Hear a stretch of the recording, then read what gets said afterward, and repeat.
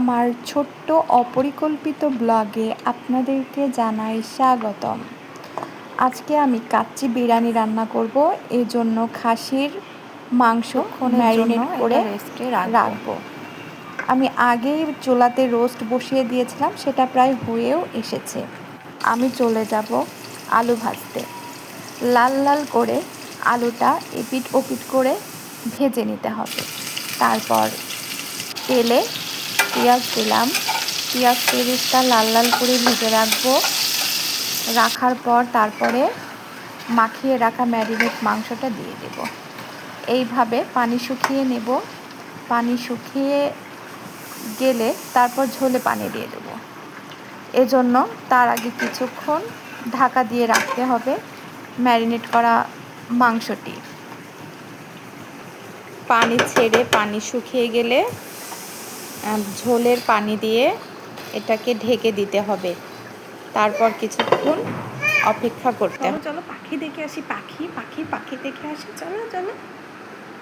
পাখি কই? পাখি আসেনি তো।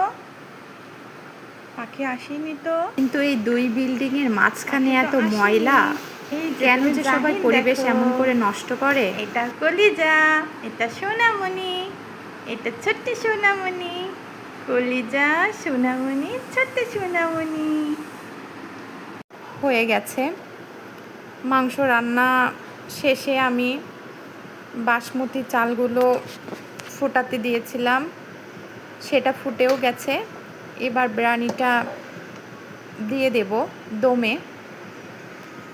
এবার পরিবেশন প্রস্তুতি চলছে, সবার খাবার বেড়ে ফেলেছি। মজা করে আমরা বিরিয়ানিটা খাবো। সালাদ করেছি, সবার খাবারই বেড়ে ফেলেছে। এটা জাহিন ছোট মানুষ, ও খেতে পারে না সব, জন্য ওকে অল্প দিয়েছিলাম। লোভনীয় লাগছে তাই না?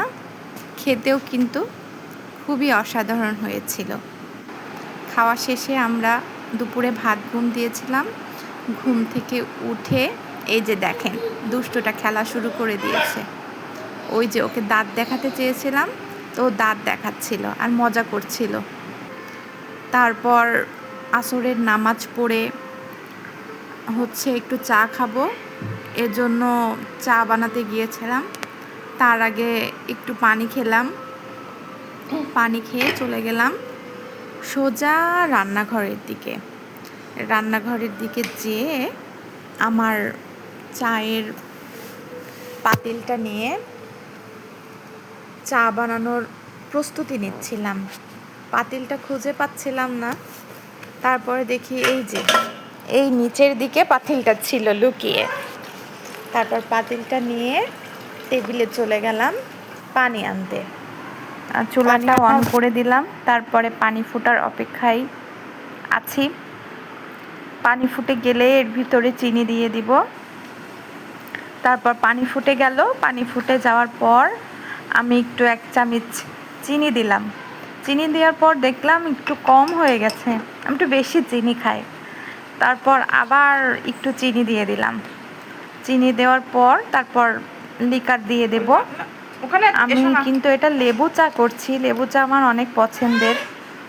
তারপর চায়ের পানি সব কিছু ফুটে গেল। লিকার টিকার দিয়ে ভালো করে বেশ জাল করে নিয়েছি। তারপরে এদিকে আমি চায়ের কাপে লেবুটা কচলে দিয়ে দেব। রসটা বের করে খুব সুন্দর ঘ্রাণ বের হচ্ছিল। কিন্তু এই লেবু কিন্তু আমার অনেক প্রিয়। তারপর লেবুটা দিয়ে আমি চাটাও ঢেলে নিচ্ছি। চা ঢালার মাঝখানে আমার বাচ্চাটা এক হাত দিয়ে চা এরকম করে টান দিছে, ওর হাতে একটু ছ্যাঁকা লাগছে। তারপর আমি আবার চাটা ঢেলে নিচ্ছিলাম।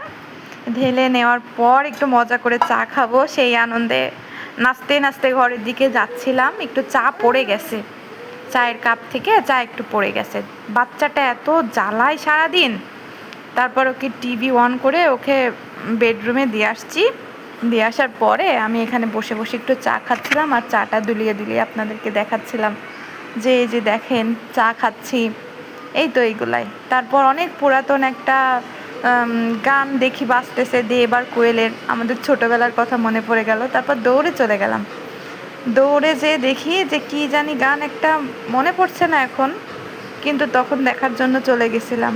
আর ও এইখানে ওই যে ওর বাবার পারফিউম নিয়ে ঘাটাঘাটি করতেছে, আর আমি এইদিকে একটু গান দেখছি আর চা খাচ্ছি। Thanks for watching.